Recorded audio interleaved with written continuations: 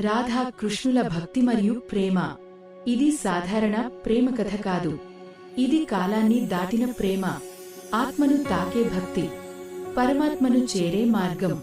అది రాధా మరియు కృష్ణ మధ్య ఉన్న దివ్యమైన ప్రేమ. రాధా, ఆమెకు కృష్ణుడు దేవుడు కాదు.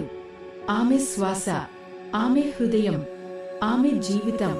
ప్రతిఫలం కోరని ప్రేమ, అభిమానమాత్రమే ఉన్న భక్తి. అదే రాధా. కృష్ణుడు సమస్త లోకాలకు అధిపతి. కాని రాధా ప్రేమ ముందు ఆయన రాజు కాదు. ఒక భక్తుని ప్రేమకు బానిస. వారు ఎప్పుడూ కలిసి ఉండలేదు, కాని ఒక్క క్షణం కూడా విడిపోయిలేరు. ఎందుకంటే నిజమైన ప్రేమకు శరీర సమీపం అవసరం లేదు, హృదయ సాన్నిహిత్యమే సరిపోతుంది. విరహంలోనే రాధా భక్తి పరిపక్వమైంది. కృష్ణుడు కనబడకపోయినా ప్రతి క్షణం ఆయననే చూసింది, ప్రతి శ్వాసలో ఆయననే అనుభవించింది. ఇదే విరహ భక్తి. రాసలీలను చూడండి, అది నృత్యం కాదు. ప్రతి జీవాత్మ చుట్టూ పరమాత్మే కేంద్రంగా ఉన్న ఆధ్యాత్మిక సత్యానికి రూపం. అందులో కృష్ణుడు నడిచే అడుగుల్లో రాధా హృదయం దడపడుతుంది.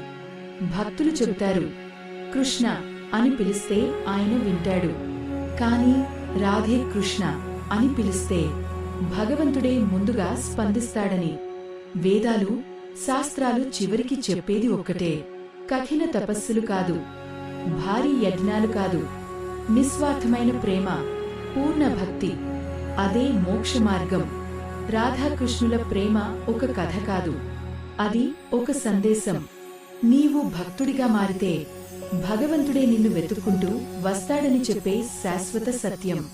అదే రాధా కృష్ణుల భక్తి, అదే వారి ప్రేమ.